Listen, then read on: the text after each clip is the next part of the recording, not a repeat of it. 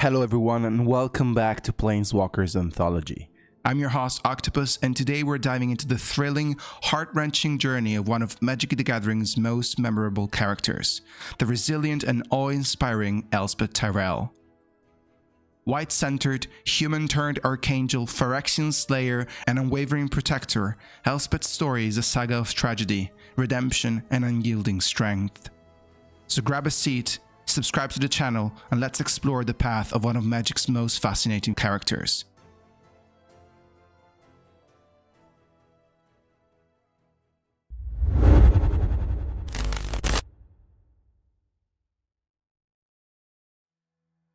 Elspeth Tirel originates from the plane of Capenna, a world deeply scarred by Phyrexian invasion. Her life has been one of constant struggle, but her indomitable spirit has led her to a path of heroism and sacrifice.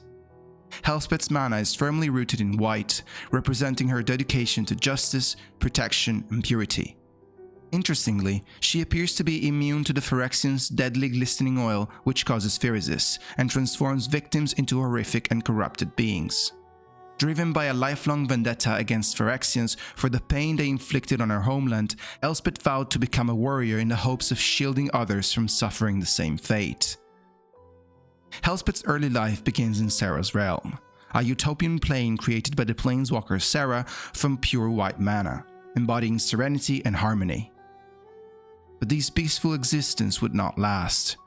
During his escape from Phyrexia, Urza, who is another very powerful and well-known planeswalker, decided to collapse Serra's realm, planning to repurpose its core to fuel his skyship, intending to eradicate the Phyrexian corruption he himself had allowed to fester there. As the plane crumbled, Urza evacuated as many as he could from Serra's realm, among them Elspeth and her mother, to escape into the wider multiverse. After that, Elspeth and her mother found a new home on Capenna. However, Phyrexian terror once again darkened her life. Just a few years later, in 4025 AR, Yawgmoth, the father of the machines and original Phyrexian leader, was leading his forces on Dominaria in the first Phyrexian invasion of the plane, and a single Phyrexian ship stumbled upon Capenna. The Phyrexians swiftly corrupted the plane, transforming it into a desolate, lifeless wasteland. 13 years old Elspeth witnessed the unthinkable. The brutal loss of her mother and her only friend boy, leaving her shattered and filled with despair. In that dark moment, her latent planeswalker spark ignited, propelling her across the multiverse to the plane of Theros, marking the beginning of her planeswalking journey. She spent the next 5 years on Theros, haunted by the fear and traumas of her past and suffering unknown hardships, until she finally learned how to control her planeswalking powers and walked to the Shard of Bund.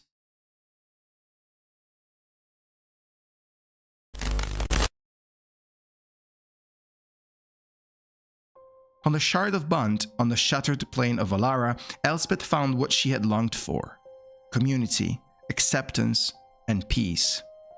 She embraced life as a knight, finding solace in the structured ideals of honor and duty. But peace on Bund was short-lived. One day, a strange Leonine planeswalker by the name of Ajani Goldmane crash-landed near her outpost, wounded and in need of help. Elspeth attended to him, and the two became very close friends. Elspeth asked him to stay on Bund, but Ajani's mission compelled him to resume his travels. Warning her of ominous forces stirring within the multiverse, he left, leaving Elspeth with a sense of unease. Attempting to investigate, Elspeth sent her new squire, Aran, to gather information. Tragically, the young man was caught in an incursion zone ambushed by the undead forces of the Shard of Grixis on their way to invade Bund. The young man fought valiantly, but he was eventually overrun and slain by the invaders. Grieving yet again for another friend lost, Elspeth mustered her strength and fought back.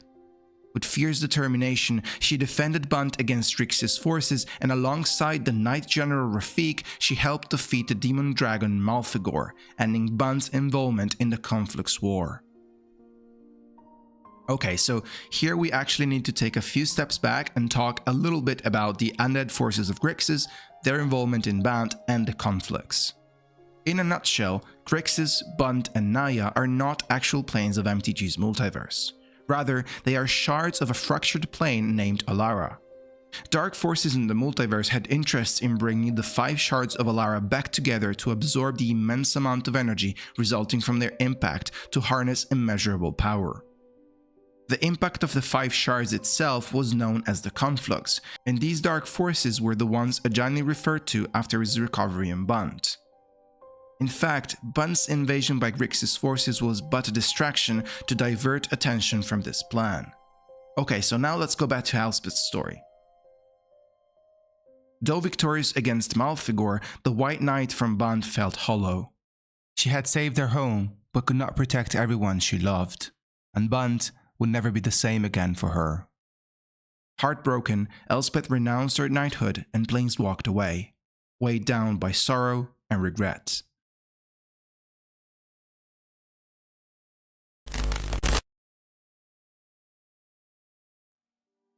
Elspeth's self-imposed exile led her to Dominaria, where she fought in the gladiator pits of Urborg to channel her inner turmoil. In the pits, she unexpectedly met Ajani once again. In an emotional conversation, he urged her to return to knighthood to reclaim her purpose as a protector. And though she turned down his plea, she found herself moved by the words of her old friend. Soon after, Elspeth was approached by Koth, a Geomancer planeswalker leading the resistance against Phyrexians on the plane of New Phyrexia, formerly Mirrodin. He implored her to join the fight, and eventually she accepted, finding a way to confront her past trauma by opposing Phyrexians directly. Together with Koth and Venser, a blue-aligned Artificer planeswalker, Elspeth journeyed to the Black Lacunae tunnels that led to the core of New Phyrexia. Along the way, the group also freed Melira, who was a Mirren immune to Phyresis and with the unique ability to cure the disease. During their escape, Elspeth formed a deep bond with Melira, protecting her as a mother would. Once back on the surface, Elspeth let free of her fury, slaying enough Phyrexians to create piles of dead so high that her companions lost sight of her. When the team finally reached Karn, the legendary Golem planeswalker, original creator of the plane of Argentum, later Mirrodin, and now New Phyrexia, they found him corrupted by the Phyrexian oil. In a moment of great need, Venser decided to sacrifice his spark and life to save Karn, leaving Elspeth and Koth to carry on the resistance. However, the tides of war soon turned disastrously as the White Praetor Elish Norn took control of New Phyrexian forces, ultimately overwhelming the Mirren resistance. Koth then forced Elspeth to flee, saving her life as the last forces of the resistance crumbled on Mirrodin.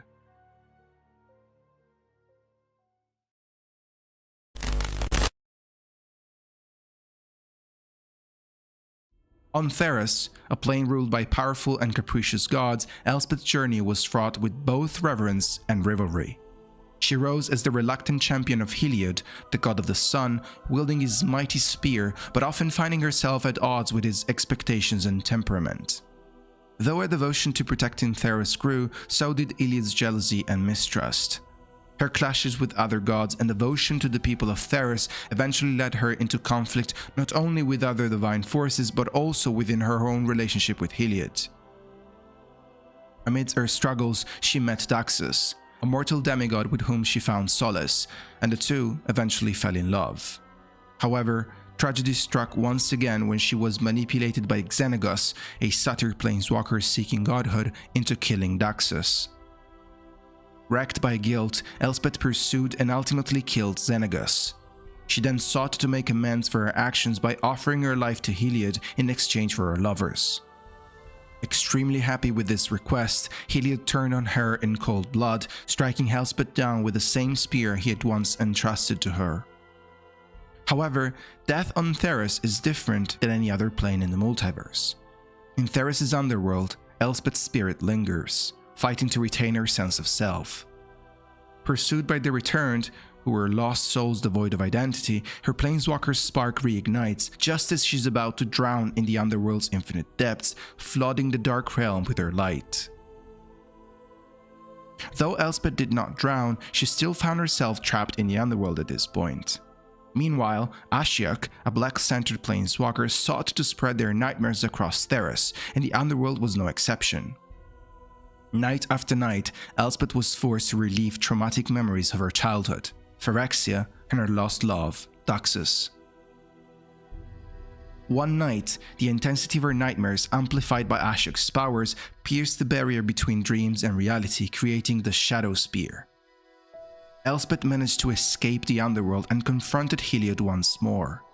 This time, though, Heliod's weapon shattered against Elspeth's, forcing him into submission and eternal exile into the underworld. With Heliod defeated, Erebus, the god of the dead, granted Elspeth a unique favor, allowing her to return to the world of the living. She reunited once again briefly with Daxus before leaving Theros for good to seek peace elsewhere in the multiverse.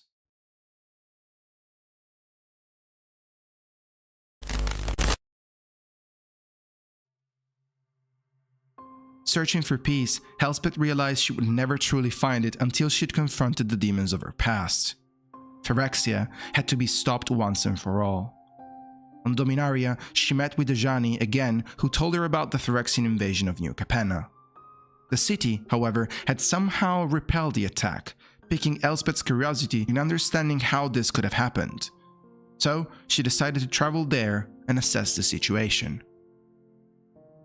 In New Capenna, Elspeth aligned herself with the Maestros, one of the city's 5 criminal family vying for control over Halo, a magical substance derived from angelic essence. With the green-centered Planeswalker Vivian Wright's help, Elspeth dispatched various threats, defeated the demon Planeswalker Ob Nixilis, and earned the trust of Xander, the Master's leader. Xander granted her access to his archives, where she uncovered the plane's history and the secrets behind its survivals against the Phyrexians. Elspeth and Vivian then returned to Dominaria to share the discoveries with the rest of the Gatewatch. Indeed, in the Brothers' War expansion storyline, Elspeth had joined the Gatewatch to counter the Phyrexian threat.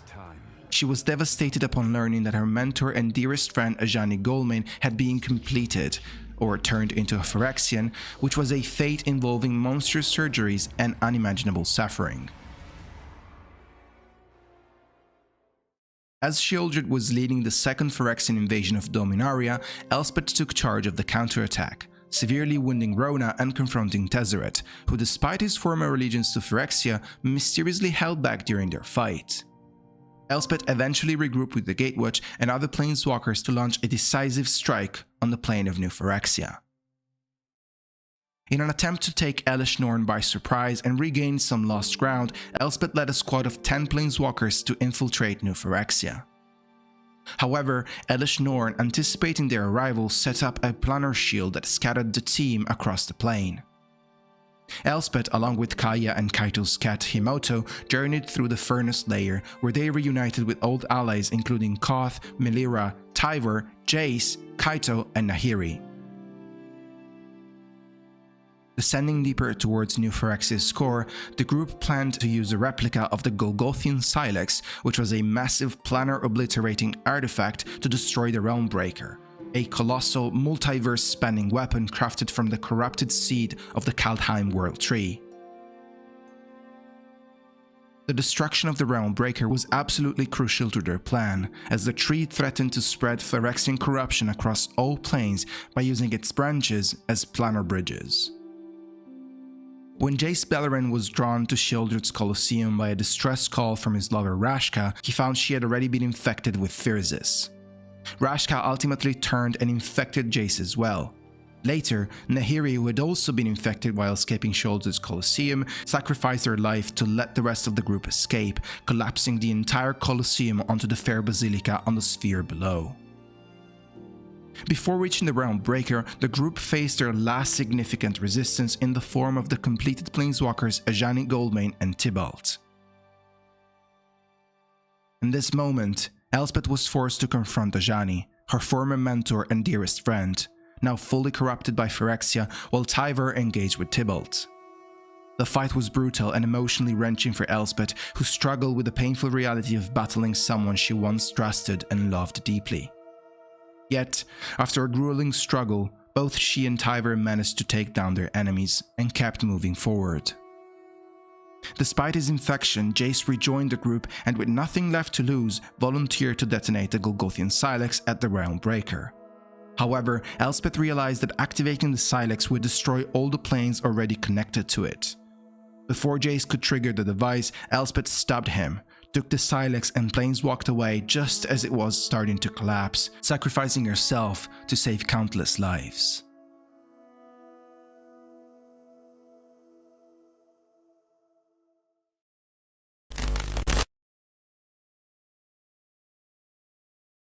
Lost amidst the infinite depths of the blind eternities, Elspeth's disembodied consciousness reawakened and witnessed the visions of Phyrexian devastation raging across the multiverse. Her friends falling to the unstoppable advance of the machines and being completed one by one. In this place outside of time, all of a sudden, a voice calls to Elspeth, revealing itself to be Ceres, the creator of Elspeth's own plane that was destroyed by Urza in his escape from Phyrexia so many years before. The voice tells Elspeth about all the pain and the horrors that New Phyrexia is inflicting on the multiverse. It tells the former knight how her friends, Chandra, Ren, and Koth are about to be gruesomely completed by the Blue Praetor Jin-Gitaxias. And yet, even when confronted with such nightmares, the former knight from Theros did not lose hope. Moved by Elspeth's resilience and undying will, Sarah uses the last of her powers to transform Elspeth into an archangel before finally fading away. Empowered like never before, Elspeth re-emerges from the blind eternities, stopping Jin-Gitaxias and facing Elesh Norn in single combat. In the meantime, Ren, the Dryad Planeswalker fighting alongside the Resistance, bonds with the Realmbreaker, turning the weapon against its own creators. Elspeth, fighting Norn to a stalemate, retreats to support her allies as they press their advantage.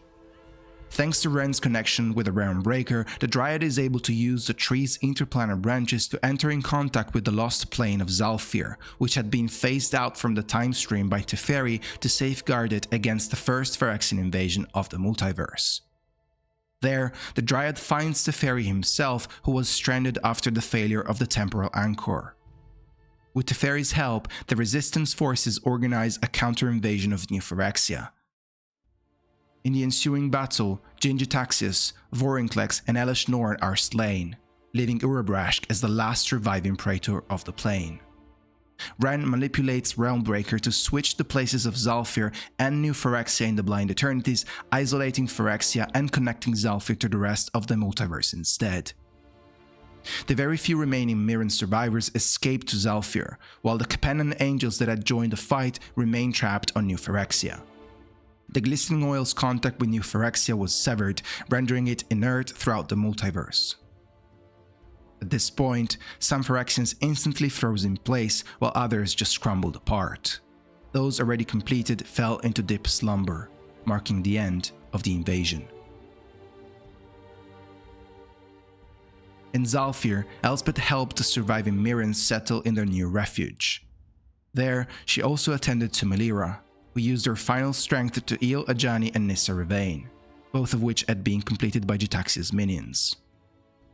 Elspeth then bid farewell to her old friend Koth, promising to always be available if he had ever needed her help again. Then, she ascended, bathed in the light of Mirrodin's 5 suns, now orbiting the plane of Zhalfir. In the aftermath of the war, word of Elspeth's ascension and victory spread all the way to Theros, where statues in her honor rose in the restored temples, hinting at a new deity being born from the worshipping of a plane forever changed by the knight's legacy.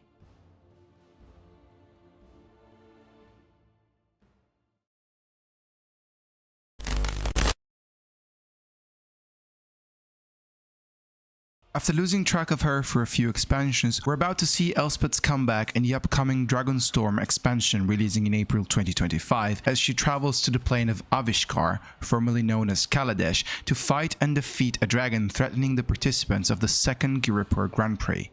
Elspeth then heals her former ally Chandra and Alar from the wounds she had suffered during the first Grand Prix and proceeds to inform her and Nissa Ravain about a sinister power moving through the Omen Paths and leaving a trail of dragons in its wake. She then sets off to the plane of Tarkir to form an alliance with the human planeswalker Narset.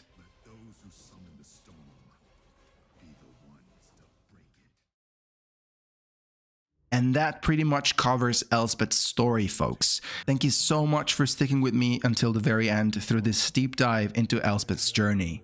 Her evolution from a tragic hero to an archangel and ultimate ascension has been one of the most fascinating story arcs for me to explore, and I'm super glad that I could bring it to you guys today. Also, Elspeth's ascension seems to have hinted at her becoming a new kind of deity on Theros.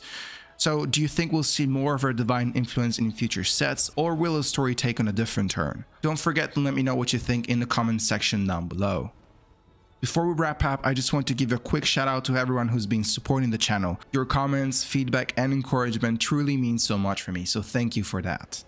If you haven't yet, don't forget to subscribe, like, and share this video because your support is what keeps this channel going and makes it possible for me to continue bringing you guys content like this. Once again, thank you all so much for watching, and I will see you in the next one.